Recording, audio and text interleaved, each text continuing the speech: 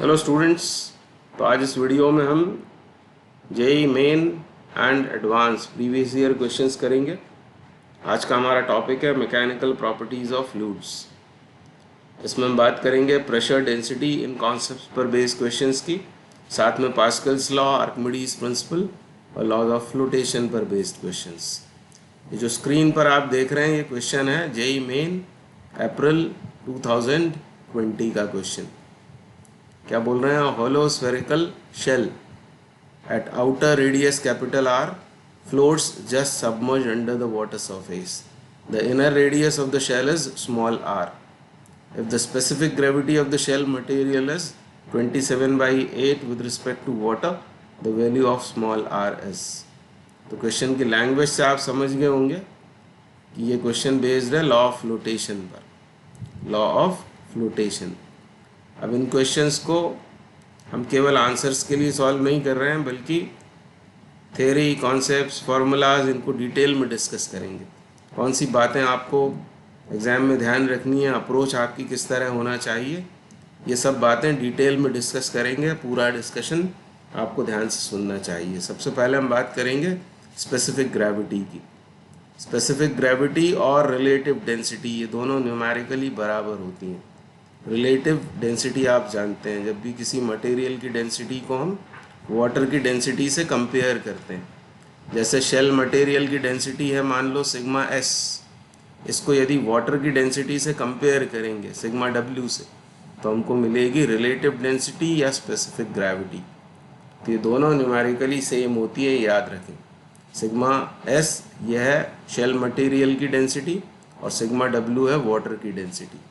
तो when density of a substance is compared with density of water, we get relative density और specific gravity, जो यहाँ दे रखी है 27/8।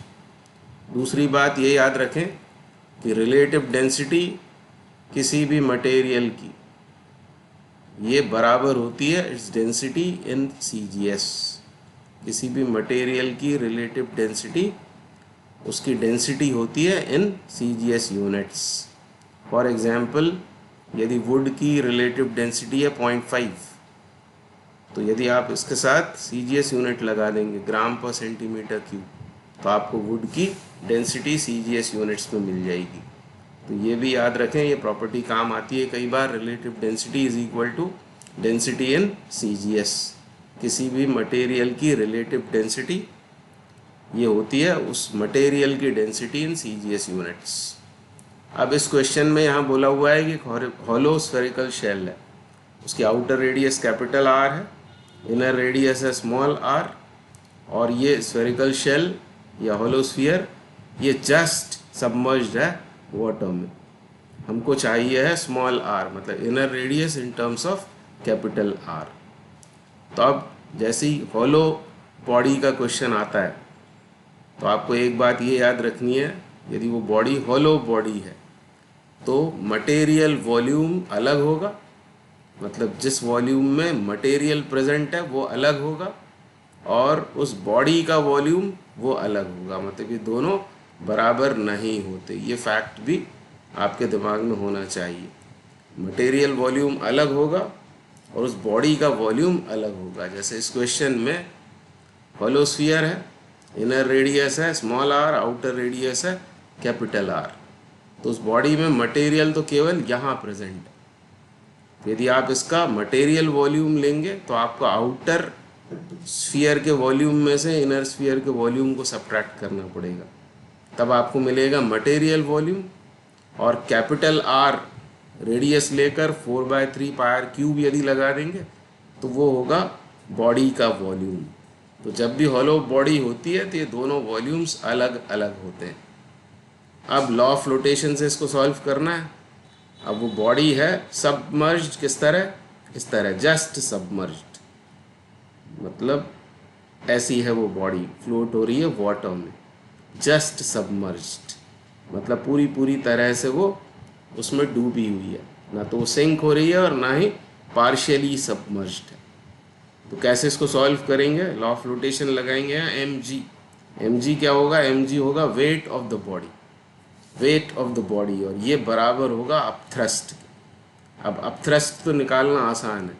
अपथ्रस्ट क्या होता है, उस बॉडी का कितना वॉल्यूम वाटर में सबमर्ज्ड है वो लेंगे, मतलब बॉडी का वॉल्यूम लेना है 4/3 पाई आर क्यूब, और डेंसिटी किसकी लेंगे, डेंसिटी लेंगे वाटर की, मतलब सिग्मा डब्ल्यू इंटू जी। ये है अपथ्रस्ट, ये तो आसानी से आ गया। और एलएचएस में यहाँ जो मास है ये है इस बॉडी का मास, और बॉडी का मास कैसे आएगा, जब इस बॉडी का हमको मिलेगा मटेरियल वॉल्यूम। मटेरियल वॉल्यूम निकालना है तो क्या करेंगे, आउटर वॉल्यूम में से इनर वॉल्यूम को सब्ट्रैक्ट करेंगे। 4/3 पाई तो कॉमन आ जाएगा, अंदर बचेगा ब्रैकेट के capital R cube minus small r cube. ये है वॉल्यूम उस बॉडी का, हॉलो बॉडी का वॉल्यूम। उसके मटेरियल की डेंसिटी का यहाँ मल्टीप्लाई करेंगे, मतलब सिग्मा एस इंटू जी। तो जी तो दोनों तरफ से कैंसिल आउट हो रहा है, 4/3 पाई भी कैंसिल हो रहा है, तो आगे capital R cube minus small r cube, और इस कैपिटल आर क्यूब को आर एच एस से ले जाते हैं एल एच एस में। याद रखें हमको चाहिए small r in terms of capital R, और यहाँ लिखा हुआ है सिग्मा डब्ल्यू और अपॉन सिग्मा एस। तो क्या ये क्वांटिटी हमको मालूम है, इसका रेसिप्रोकल ज़रूर हमको मालूम है, तो इसको हम लिख सकते हैं 8/27। और आगे अब स्मॉल आर के लिए इस इक्वेशन को सॉल्व करेंगे, तो डिवाइड कर लें इसको, तो are cube upon R cube ये 1 हो जाएगा, और small r cube upon capital R cube ऐसा हो जाएगा, ये इज इक्वल टू 8/27। तो आगे इसको सॉल्व करें तो capital small r cube upon capital R cube equals to 1 minus 8/27, तो हो जाएगा 19/27।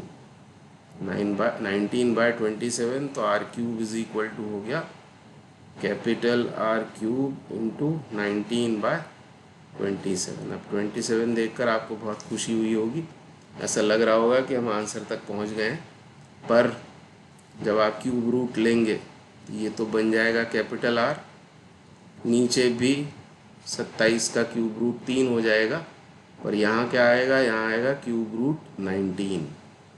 तो जैसे ही आप 3 देखेंगे तो हो सकता है आपको लगेगा कि ऑप्शन डी या सी में से कोई करेक्ट है, तो यहाँ आप तुक्का लगा के अपना क्वेश्चन गलत कर सकते हैं। ध्यान रहना चाहिए, आप इसको आप ऑप्शन से चेक कर सकते हैं। यहाँ तो 3 आ रहा है, इसका क्यूब तो 27 हो जाएगा, पर 1 का क्यूब क्या 19 होता है, नहीं होता है, यानी ऑप्शन गलत है, इसको आप रूल आउट कर सकते हैं। फिर सी में देखें तो 2 का क्यूब कितना होगा 8, तो ये भी 19 नहीं है, मतलब सी और डी को तो बल्कि एलिमिनेट कर देना है, ये 2 आंसर्स नहीं हो सकते। ए या बी में से कोई ऑप्शन करेक्ट होगा। अब वो चेक लगाने के लिए क्या करें, हम इसको 9 बना लेते हैं, 3 इंटू 3 कर देते हैं, डिनोमिनेटर में 3 से मल्टीप्लाई और न्यूमरेटर को भी 3 से मल्टीप्लाई कर देते हैं, तो ये आर कैपिटल आर और डिनोमिनेटर में 9, ऊपर ये प्रोडक्ट हमको मिलना चाहिए 4 या फिर 8। अब अंदाज़ा ऐसा लगाएं कि क्यूब रूट 19 ये 2 और 3 के बीच में होगा, 8 और 27 के बीच में कहीं होगा, और उसमें 3 का मल्टीप्लिकेशन करने पर 4 तो कभी नहीं आ सकता, तो ये भी गलत हो जाएगा। बचता सिर्फ यही है, तो सॉल्व करके देखने की ज़रूरत नहीं है, इस लॉजिक से आप इस आंसर तक पहुंच सकते हैं। यानी आंसर हो गया 8 कैपिटल आर बाय 9। तो इस क्वेश्चन में आपको बहुत सारी बातें याद रखनी है। एक तो रिलेटिव डेंसिटी क्या होती है पता होना चाहिए, उसके अलावा जब भी हॉलो बॉडी का कोई क्वेश्चन आता है तो याद रखें कि मटेरियल वॉल्यूम ये वॉल्यूम ऑफ द बॉडी के बराबर नहीं होता, इस बात का ध्यान रखेंगे। अगला क्वेश्चन करते हैं। ये क्वेश्चन भी मेन 2020 में ही पूछा हुआ क्वेश्चन है, जेई मेन 2020 का क्वेश्चन फिर से। An air bubble of radius 1 centimetre in water has an upward acceleration 9.8 centimetre per second square. बहुत ध्यान से इस यूनिट को देख लेना चाहिए। The density of water is 1 gram per centimetre cube and water offers negligible drag force on the bubble. The mass of the bubble is, take g equals to 980 centimetre per second square. तो फिर से ये question law of flotation पर ही based है। ऐसा है वो air bubble जिसकी रेडियस हमको दी है 1 सेंटीमीटर। जब इसको हम इमर्स करेंगे वाटर में इस एयर बबल को, तब इस एयर बबल पर फोर्सेस कौन से आ रहे होंगे? तो एक तो फोर्स होगा इसका वेट mg डाउनवर्ड्स, और दूसरा फोर्स होगा अपथ्रस्ट, ये ऊपर एक्ट करेगा। और ऐसा बोला हुआ है कि ये बबल अपवर्ड डायरेक्शन में एक्सेलरेट हो रहा है with acceleration 9.8 centimetre per second square. तो एक्सेलरेशन a मान लेते हैं। अब दो ही फोर्सेस इस पर काम कर रहे होंगे एयर बबल पर, इसका वेट और अपथ्रस्ट, और यदि ये ऊपर एक्सेलरेट हो रहा है इसका मतलब u is greater then mg, upthrust ज़्यादा है। तो न्यूटन का सेकेंड लॉ लगा देंगे। नेट फोर्स कितना होगा इस पर? u minus M G, u minus M G, ये net force is equal to mass of the bubble into its acceleration. और इसको हमको फिर सॉल्व करना है फॉर m, मास हमको फाइंड आउट करना है। तो m इसमें से निकाल लें, तो m कितना हो जाएगा? m हो जाएगा u upon a plus G, a plus G या g प्लस a। अब u क्या है? u है अपथ्रस्ट, तो मान लेते हैं कि इसका वॉल्यूम है v इस एयर बबल का। तो वॉल्यूम इनटू डेंसिटी, डेंसिटी किसकी? वाटर की, पानी में इसको डुबोया हुआ है, इनटू ग्रेविटी, ये होगा अपथ्रस्ट, अपॉन a प्लस जी। यहाँ तक पहुँच गए। अब g को नीचे ले जाते हैं, जो न्यूमरेटर का g है इसको डिनोमिनेटर में ले जाकर डिवाइड कर दें यदि दोनों a और g को, तो यहाँ क्या मिलेगा? 1 प्लस a बाई जी, ऐसा इसको लिख सकते हैं। मैंने उल्टा लिख दिया है, फ्लिप कर दिया है, a अपॉन जी प्लस 1, ये हमारा आंसर होगा। वैल्यू सब्स्टिट्यूट करना है बहुत ध्यान से। इसमें से v क्या है? v है वॉल्यूम, ये क्या है? ये है density of water, a is acceleration जो 9.8 हमको दिया हुआ है, और यूनिट क्या है उसका? Centimetre per second square. तो 9.8 सेंटीमीटर पर सेकेंड स्क्वायर है, ध्यान देंगे। तो इसको बना लेंगे 100 से डिवाइड करके मीटर पर सेकेंड स्क्वायर, मीटर पर सेकेंड स्क्वायर। और g की वैल्यू अब आप चाहें तो 980 ले सकते हैं, 9.8 ले सकते हैं आई मीन, या फिर एक काम करें, ये दोनों ही सेंटीमीटर पर सेकेंड स्क्वायर में, तो इसको CGS में ही सॉल्व करते हैं, क्योंकि हमारा आंसर वैसे भी ग्राम में ही आया हुआ है। तो कोई बात नहीं, v sigma w upon 1 plus acceleration 9.8 और g कितना है? वो है 980। अब ये डेसिमल हटा देते हैं, तो ये हो गया 9800, ये डेसिमल हटा दिया है मैंने। v सिग्मा w अपॉन, अब LCM ले लेते हैं, तो 9800 ये तो ऊपर चला जाएगा और ये 9898 बन जाएगा, 9898। और अब वैल्यूज़ डाल देते हैं। वॉल्यूम कितना होगा? 4/3 पाई आर क्यूब। अब CGS में ही काम चल रहा है, तो उसकी रेडियस 1 दे रखी है, तो 1 का क्यूब हो जाएगा ये 4/3 पाई आर क्यूब। डेंसिटी पानी की 1, और यहाँ आएगा 9800 अपॉन 9898, ये हो जाएगा। और इसको सॉल्व करके आपको आंसर तक पहुँचना है। अब क्या करें? 4 तो ठीक है, आगे पाई की वैल्यू रख लेते हैं 3.142, और नीचे है यहाँ 3, और यहाँ 9800, और यहाँ 9898। अब आपको लॉजिक से ही आंसर तक पहुँचना है। अब यहाँ ध्यान दें, 3.142 को यदि 3 से डिवाइड करेंगे तो ये बहुत सारा तो नहीं आएगा, ये 1 से थोड़ा सा ज़्यादा होगा। और ये 9800 अपॉन ये करेंगे, 9800 से इसको यदि डिवाइड करेंगे, ये भी 1 से थोड़ा सा ही ज़्यादा होगा। यानी जो हमारा आंसर है वो 4.15 ही होना चाहिए, 4 से थोड़ा सा ज़्यादा उसको होना चाहिए। बाकी सब आप देख रहे हैं कि बहुत दूर दूर हैं ये वैल्यूज़। 4.51 तो ये कतई नहीं हो सकता। 3.15, 1.52 ये तो इसलिए हम डिस्कार्ड कर देंगे, रूल आउट या एलिमिनेट करेंगे, क्योंकि ये 4 से ज़्यादा होना चाहिए आंसर, और 4 से बहुत ज़्यादा भी नहीं होना चाहिए। या आप यहाँ से अंदाज़ा लगा सकते हैं, एग्जैक्टली भी आप सॉल्व करेंगे तो आपको यही आंसर मिलने वाला है, 4.15 ग्राम। तो इतना समय वहाँ होता नहीं है आपको अप्रॉक्सीमेशन करना ही पड़ेगा। And so answer C is correct. अगला क्वेश्चन करेंगे। तो नेक्स्ट क्वेश्चन, ये भी जेई मेन 2020 में ही पूछा हुआ क्वेश्चन है। क्या बोल रहे हैं? 2 identical cylindrical vessels are kept on the ground and each contain the same liquid of density D. 2 identical cylindrical vessels हैं जिनको ग्राउंड पर रखा हुआ है और दोनों में सेम लिक्विड फिल किया हुआ है जिसकी डेंसिटी है D. The area of the base of both the vessels is S. दोनों का बेस एरिया एस है, but the height of liquid in one vessel is x1 and the other is x2। उनमें liquid की Heights अलग अलग है।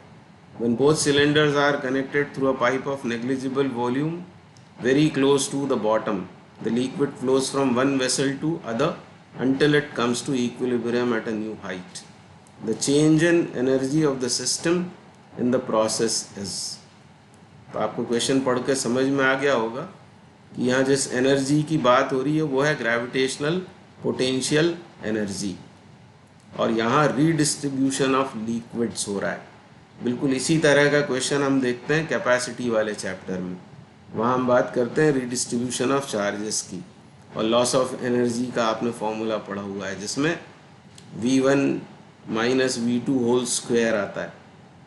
तो वैसा यदि अंदाज़ा लगाएं तो इसमें से सी या डी में से कोई ऑप्शन करेक्ट होना चाहिए, पर इसमें हम डिटेल में बात करेंगे इस क्वेश्चन की। सबसे पहले बात करते हैं ग्रेविटेशनल पोटेंशियल एनर्जी की। मान लो ऐसा है वो सिलेंड्रिकल वेसल और इसको ग्राउंड पर रखा हुआ है, इसमें h हाइट तक मान लो लिक्विड भर दिया है। तो क्योंकि ये सिमेट्रिक बॉडी है तो Cg कहाँ होगी उस वाटर की? वो यहाँ होगी ज्योमेट्रिकल सेंटर पर। और क्योंकि ये पानी ग्राउंड से ऊपर है इसलिए इसके पास स्टोर्ड होगी potential energy, gravitational potential energy. तो फॉर्मूला तो वही लगाना है हमको, mgh। मान लो लिक्विड का मास है m, तो mg और cg तक की हमको हाइट लेनी है, mg h/2। तो ये होगी ग्रेविटेशनल पोटेंशियल एनर्जी इस लिक्विड में स्टोर्ड। यही फॉर्मूला हमको यहाँ पर यूज़ करना है।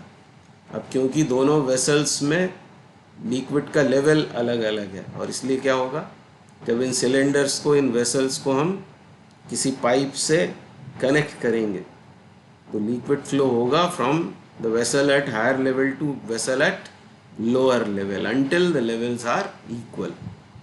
और इस तरह जब लिक्विड का रीडिस्ट्रीब्यूशन हो रहा है तो हमको बतलाना है कि एनर्जी कितनी चेंज हुई इस प्रोसेस में उस सिस्टम की। सिस्टम क्या है? वो दोनों सिलेंड्रिकल वेसल्स मिलकर सिस्टम है। तो इनिशियल ग्रेविटेशनल पोटेंशियल एनर्जी कितनी होगी सिस्टम की, तो दोनों की अलग अलग निकाल कर ऐड करेंगे। तो पहले वेसल 1 की बात कर लेते हैं। एरिया ऑफ बेस है s और हाइट उसमें लिक्विड की है x1। तो area of base into height, तो ये क्या मिल गया हमको? मिल गया वॉल्यूम। इसमें डेंसिटी का मल्टीप्लाई कर दें d इंटू जी, और इसमें और किसका मल्टीप्लिकेशन करना पड़ेगा? ये तो हमको मिला है mg, ये मिला है mg। इसमें हमें h/2 का और मल्टीप्लिकेशन करना है, मतलब x1/2 का। तब हमको मिलेगी पहले वेसल में भरे हुए लिक्विड की ग्रेविटेशनल पोटेंशियल एनर्जी। फिर से बोलता हूँ मैं, base area s, height x1। तो ये क्या मिला हमें? ये मिला volume into density mass into G. तो ये है mg इंटू x1/2 प्लस क्या करेंगे? फिर से लेंगे s, दूसरे बर्तन में हाइट लिक्विड की x2 है, इंटू डी इंटू जी, और यहाँ आएगा x2/2। तो ये होगी टोटल एनर्जी सिस्टम की इनिशियल। अब इसमें से s, d और g ये तो कॉमन है, अंदर क्या बचेगा? x1/2 plus x2/2। तो बहुत हम आराम से इसको सॉल्व कर रहे हैं, तो ऐसा मत सोचना कि एग्ज़ाम में कोई ट्रिक लगा कर आप कर लेंगे। आपको करना इसी तरह पड़ेगा, चाहे जैसे आप उसको सॉल्व करें, आंसर तक आप तभी पहुंचेंगे जब इस तरह से सोचते हुए ऑर्डरली आप उसको सॉल्व करेंगे। भले ही प्रैक्टिस में आ जाने के बाद 1-2 बार करने के बाद वो क्वेश्चन देखा हुआ यदि होगा तो भले ही आप आंसर से आप बतला सकते हैं आंसर्स देखकर कि कौन सा ऑप्शन इसमें से सही होगा। तो ये तो हमने निकाली इनिशियल पोटेंशियल एनर्जी। अब दूसरी बात, जिस तरह जैसे मैं कह रहा था कैपेसिटी वाले चैप्टर में हम रीडिस्ट्रीब्यूशन ऑफ चार्जेस वाला क्वेश्चन करते हैं, उस समय चार्ज कंजर्व्ड होता है। अब यहाँ इस मामले में कौन सी क्वांटिटी कंजर्व्ड होगी, तो याद रखें यहाँ हमको लगाना पड़ेगा conservation of volume. Conservation of volume, उस लिक्विड के रीडिस्ट्रीब्यूशन में टोटल वॉल्यूम कंजर्व्ड रहेगा, तो हमको लगाना है कंजर्वेशन ऑफ वॉल्यूम। तो पहले वेसल में भरे हुए लिक्विड का वॉल्यूम कितना है SX1, दूसरे में कितना है SX2। तो ये टोटल वॉल्यूम उनके रीडिस्ट्रीब्यूशन के पहले, और बाद में कितना है वॉल्यूम, तो S एरिया ऑफ बेस। मान लो दोनों में हाइट लिक्विड की हो गई x, जो कॉमन हाइट है रीडिस्ट्रीब्यूशन के बाद, मतलब ही इक्विलिब्रियम में दोनों बर्तनों में भरे हुए लिक्विड्स की न्यू हाइट वो सेम होगी। वो मान लेते हैं कि वो है x। अब सेम क्यों होगी, क्योंकि वो आइडेंटिकल वेसल्स है। तो SX और इसमें करना पड़ेगा हमको 2 का मल्टीप्लिकेशन, S कैंसिल आउट हो जाएगा और इसमें से हमको न्यू हाइट मिल जाएगी। x बराबर हो जाएगा x1 प्लस x2/2 के बराबर। ये हो गई नई हाइट, मतलब हमें कंजर्वेशन ऑफ वॉल्यूम लगाकर वो नई हाइट फाइंड आउट करनी है। अब बात कर लेते हैं फाइनल एनर्जी की। फाइनल एनर्जी कितनी होगी, तो एक बर्तन में भरे हुए पानी की निकाल कर और उसमें h/2 का मल्टीप्लाई कर देंगे, है ना, निकाल कर बल्कि 2 का मल्टीप्लाई कर देंगे, मैं ये कहना चाहता हूँ। तो करें इसको सॉल्व, तो फाइनल कितनी होगी, तो एक बर्तन की बात करें तो S एरिया ऑफ बेस, उसमें भरे हुए लिक्विड की हाइट x1 प्लस x2/2, ये क्या आया volume into density into gravity, तो ये तो mg हुआ। और इसमें मल्टीप्लाई क्या करना पड़ेगा आपको h/2 का। अब h कितना है x1 प्लस x2/2, तो ये हो जाएगा x1 प्लस x2/4 के बराबर, ऐसा हो जाएगा। अब इसमें 2 का और मल्टीप्लाई करेंगे, क्योंकि ये जो कुछ हमने निकाला है ये तो किसी एक वेसल में भरे हुए लिक्विड के लिए है। इसमें 2 का और मल्टीप्लिकेशन, इस 2 से ये 2 कैंसिल करें या इस 4 को कैंसिल करें, एक ही बात है।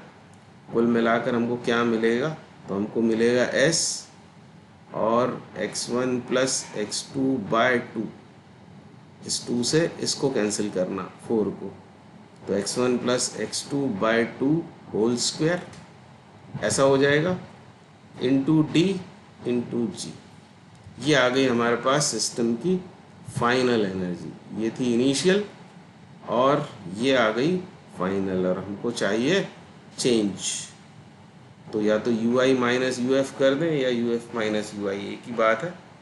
तो चेंज हमको कुल मिला के चाहिए, माइनस में आए भी तो उसको माइनस साइन को इग्नोर कर देना है। तो मैं सब्ट्रैक्ट करता हूँ UI में से UF को, UI माइनस UF, तो ये है UI, ये है UF, इसमें SDG ये तो कॉमन है, SDG इज कॉमन। फिर क्या बचेगा अंदर, x1 square plus x1/2 plus x2/2, ये दोनों आएंगे और फिर माइनस साइन के साथ ये आएगा, इसको ओपन करना पड़ेगा। इसको ओपन कर लें, तो या तो सिर्फ लिख देते हैं, नेक्स्ट स्टेप में इसको ओपन कर लेंगे, x1 plus x2/2 whole square, ये होगा। और आगे इसको सॉल्व करें तो SDG, और फिर इसकी स्क्वेयरिंग करेंगे तो 4 बनेगा, और फिर एलसीएम ले लेते हैं। तो एलसीएम कितना होगा, ये होगा 4 के बराबर।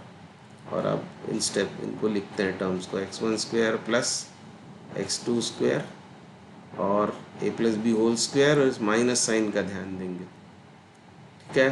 तो ये 4 था, तो मैंने गलती यहाँ ये की है कि यहाँ 2 आएगा, यहाँ भी 2 आएगा, ठीक है। अब माइनस साइन, फिर x1 square minus x2 square, और क्या आएगा माइनस 2x1 x2। अब आगे क्या करें, एस डी जी, और फिर 4 तो आ ही रहा है, और इस न्यूमरेटर को देखें। अब न्यूमरेटर में आप ये देख रहे हैं 2x1 square minus x1 square, क्या बचेगा, x1 स्क्वायर, और फिर ये 2x2 square minus x2 square, तो प्लस x2 स्क्वायर ये आएगा, और फिर आखिरी में बचेगा 2x1 x2। तो ये कुछ और नहीं, a minus B whole square है, यानी हम लिख सकते हैं इसको इस तरह से 1/4 GDS, ऑप्शंस के ऑनर में 1/4 GDS। और इसको क्या लिख सकते हैं, इसको या तो हम लिखेंगे x1 minus x2 whole square या x2 minus x1 whole square, कोई फ़र्क नहीं पड़ता, पर ऑप्शंस को देखते हुए इसको इस तरह लिख लेते हैं, तो आपका ये आंसर इसके साथ मैच हो जाएगा 1/4 GDS x2 minus x1 whole square. अब इसकी कोई ट्रिक तो हो नहीं सकती, यदि आएगा एग्जाम में इस तरह का क्वेश्चन तो आपको बहुत सावधानी से इसको सॉल्व करना है, तभी आप आंसर तक पहुंचोगे।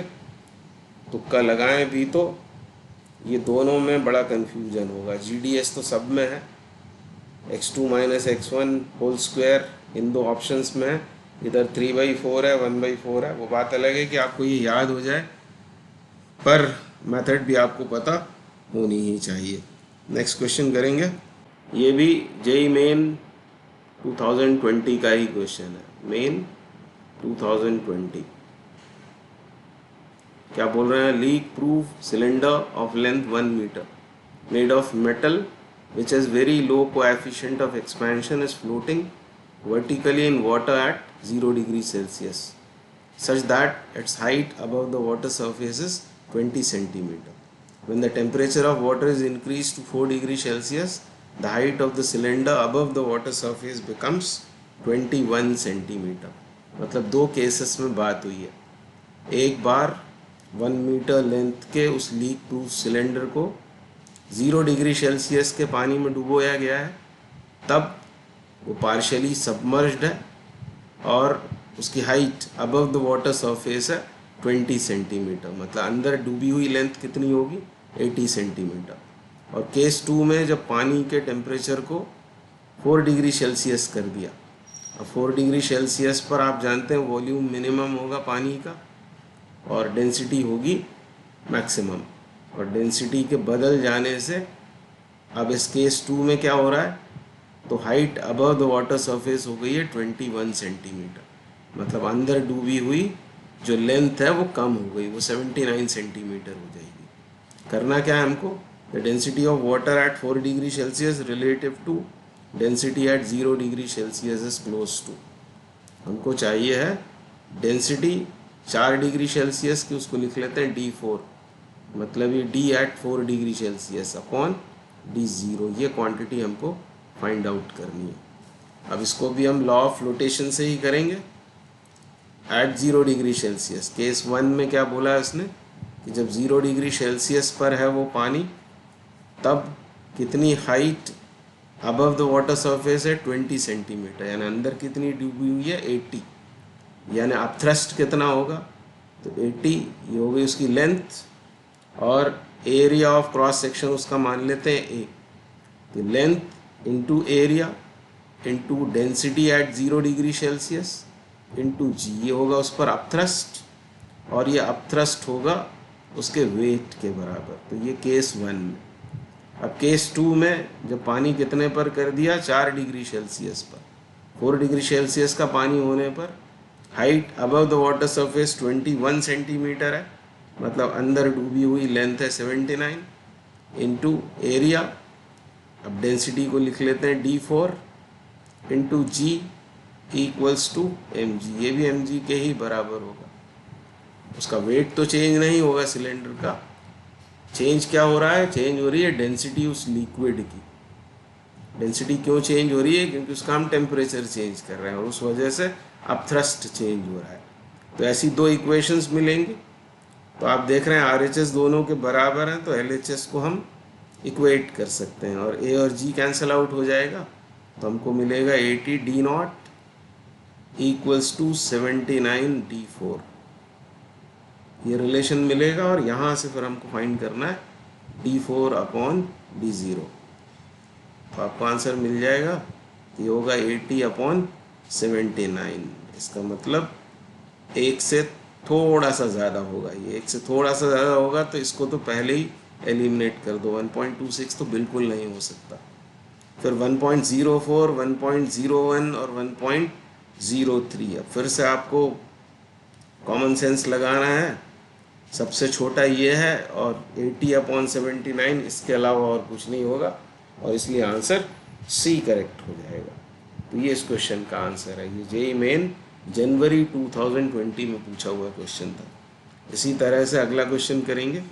ये क्वेश्चन भी जनवरी 2020 मेन में पूछा हुआ है। क्या बोल रहे हैं? Consider a solid sphere of radius capital R and mass density rho R equals to rho not into 1 minus R square upon capital R square. Small r is greater than zero, less than और equal to capital R. मतलब एक solid sphere है जिसकी radius है are, और इसकी density variable है, mass density variable है, स्मॉल आर पर वो डिपेंड कर रही है, मतलब सेंटर से जो उसकी डिस्टेंस होगी उसके साथ में डेंसिटी चेंज हो रही है। क्या बताना है हमें? The minimum density of a liquid in which it will float S. अब क्योंकि बॉडी कैसी है, सॉलिड स्फीयर है, तो आपको फ्लोटेशन में मालूम होगा कि जब डेंसिटी ज़्यादा होती है उस बॉडी की, उस लिक्विड से, तो सिंक हो जाता है, वो जो बॉडी है वो सिंक हो जाती है, और डेंसिटी यदि कम हो या उसके बराबर हो तब वो उसमें फ्लोट हो रही होती है।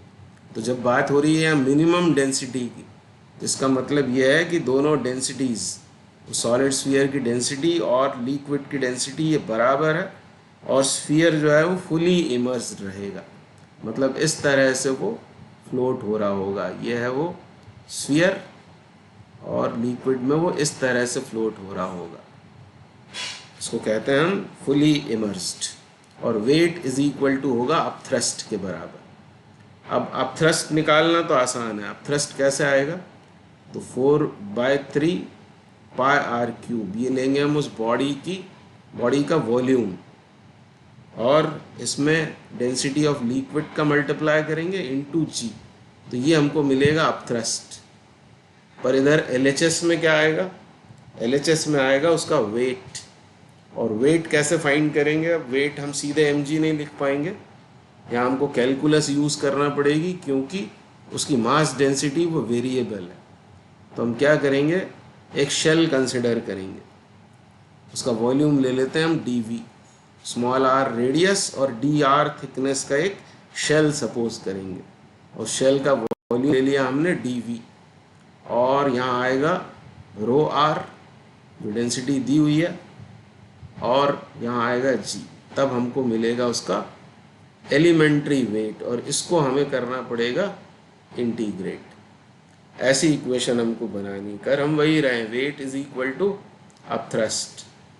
अपथ्रस्ट तो सीधे आ जाएगा उस बॉडी के वॉल्यूम से, पर वेट के लिए हमको कैलकुलस लगानी पड़ेगी। एलिमेंट्री वॉल्यूम हम लेंगे, फिर डेंसिटी जो वेरिएबल डेंसिटी दे रखी है इनटू जी, और इसे 0 से r की लिमिट्स में हमको इंटीग्रेट करना पड़ेगा। अब dv कितना होगा? तो जैसा मैंने कहा, हमने क्या सपोज किया हुआ है, हमने सपोज किया है स्मॉल आर रेडियस का। यहाँ पर मैं आपको उसको ड्रॉ करके दिखाता हूँ, स्मॉल आर रेडियस का और डी आर थिकनेस का।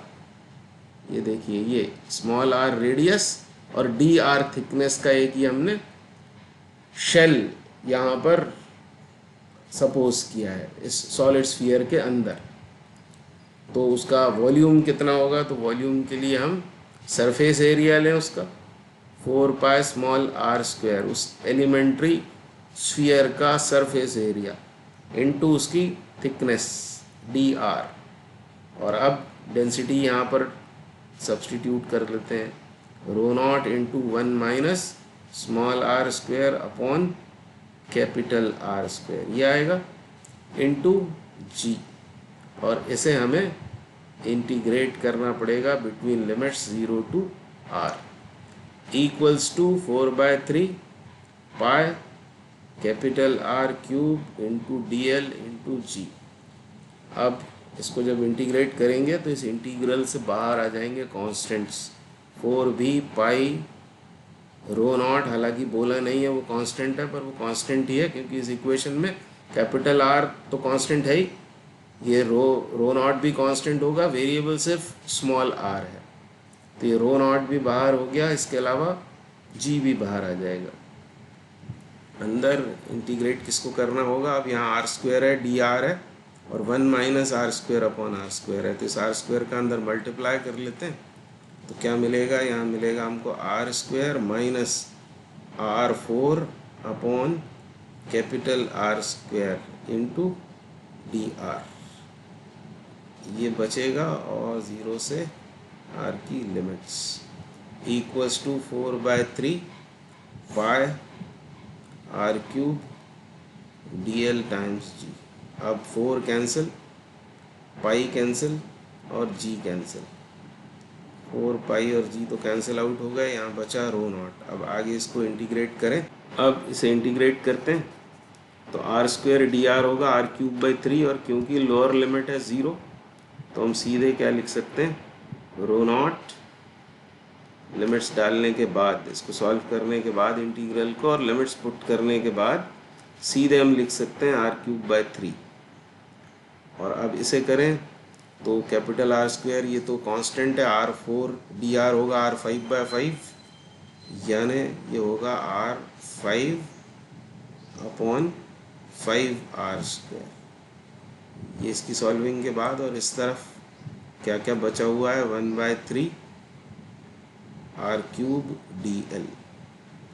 अब इधर ये R स्क्वायर से ये R5 कैंसिल होगा, R³ बनेगा, R³ कॉमन आकर इससे कैंसिल आउट हो गया, नहीं यहाँ बचेगा सिर्फ रो नॉट, उसके अलावा 1/3 माइनस 1/5 और इस 3 का कर देते हैं इधर क्रॉस मल्टीप्लिकेशन, R³ तो हट चुका है, ये आ गया हमारे पास में DL।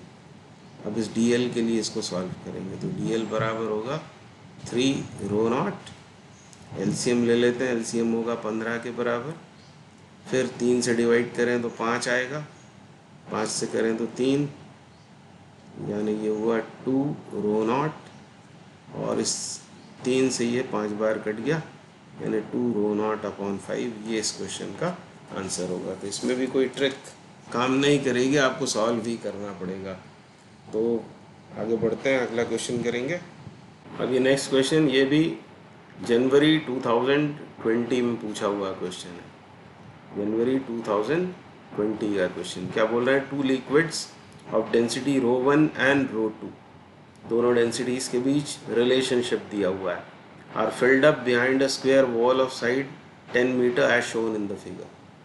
ये जो MnO दिखाई दे रही है ये है वो वॉल और ये है वो 2 लिक्विड्स जिनकी डेंसिटीज़ हैं ρ1 और ρ2, इनको इस स्क्वायर वॉल के पीछे भरा हुआ है।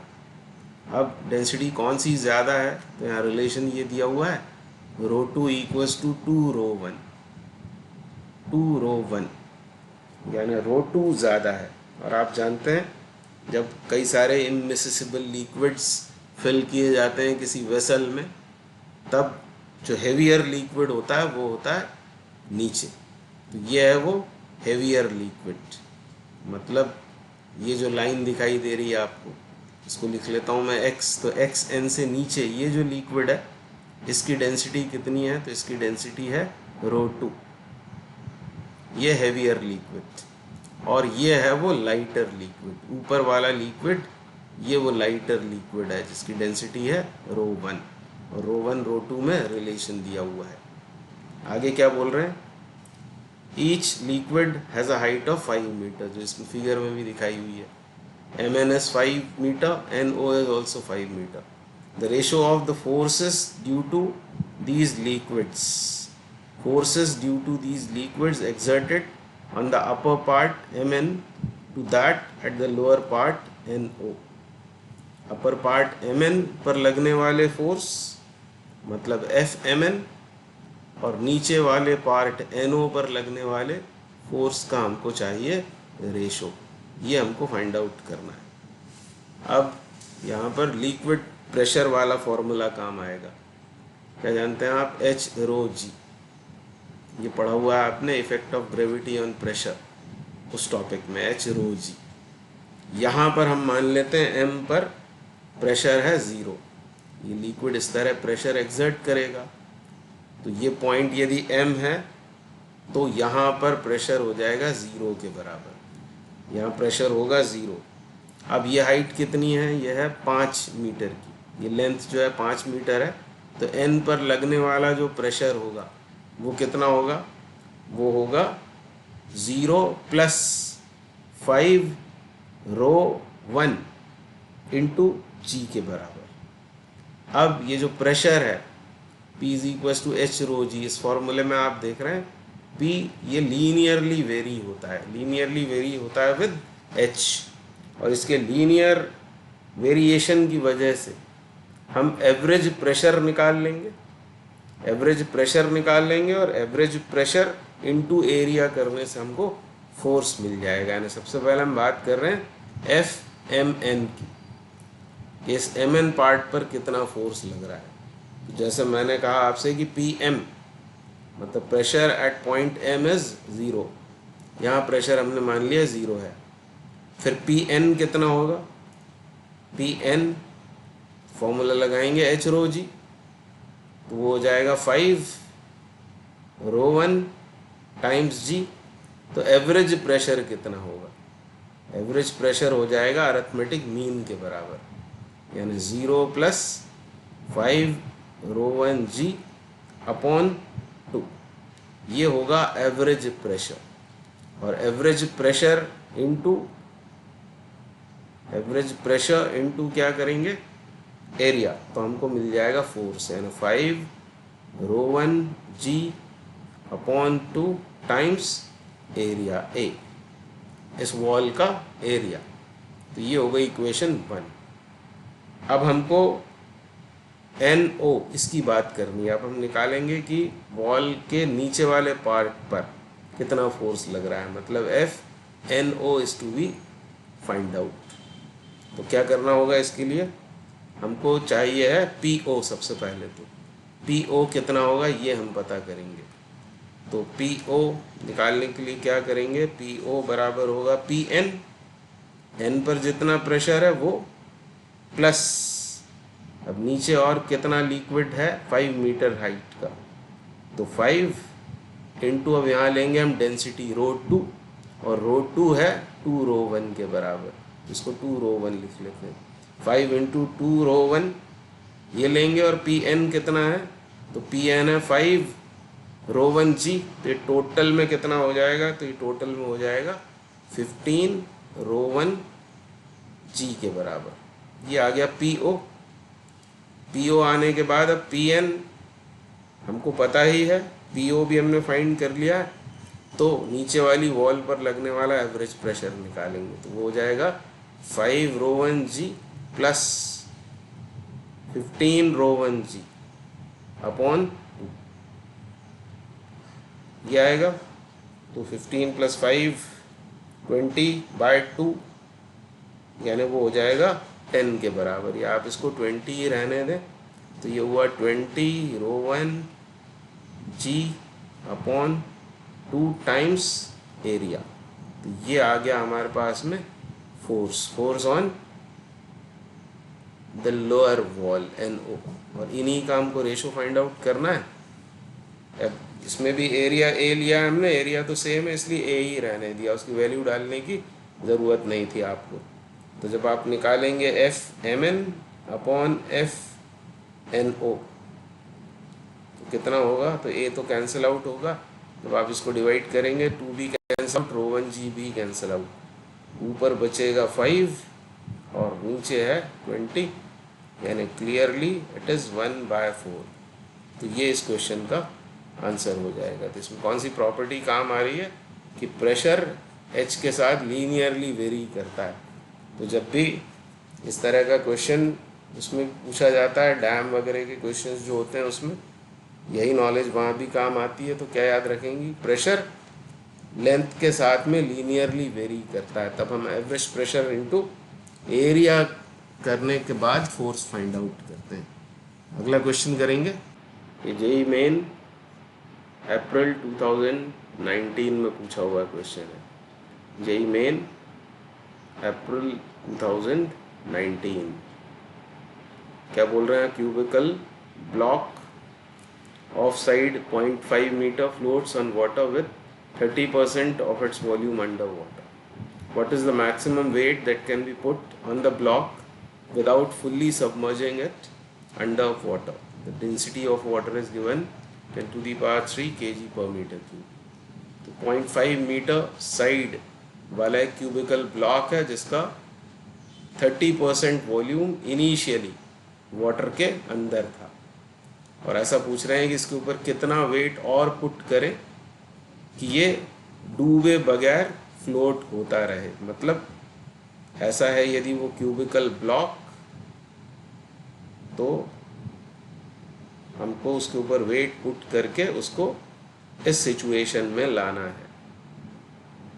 ये उसके ऊपर मान लो वेट पुट किया है हमने, और ये है वाटर, तो हमको जो बचा हुआ 70% है उसे हमें और डुबो देना है इसके ऊपर वेट पुट करके।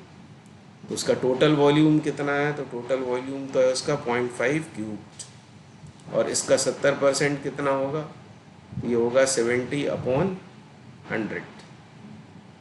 कितना उसको और डुबो देना था, वॉल्यूम और सबमर्ज करना है उसका, और पानी कितना डिस्प्लेस होगा उसको सबमर्ज करने पर, तो ये तो होगा वॉल्यूम जो आगे और हमने उसका डुबो दिया क्यूबिकल ब्लॉक का, या ये वॉल्यूम उस पानी का भी होगा जो डिस्प्लेस हो गया होगा, और यहाँ पानी की डेंसिटी का मल्टीप्लाई कर देंगे और ग्रेविटी का मल्टीप्लाई कर देंगे, तो ये हमको मिलेगा weight of the liquid displaced या फिर वेट ऑफ द, क्या बोला हुआ है, मैक्सिमम वेट जो उसके ऊपर पुट किया हुआ है, mg, ये हमको मिल जाएगा इसको सॉल्व करने पर।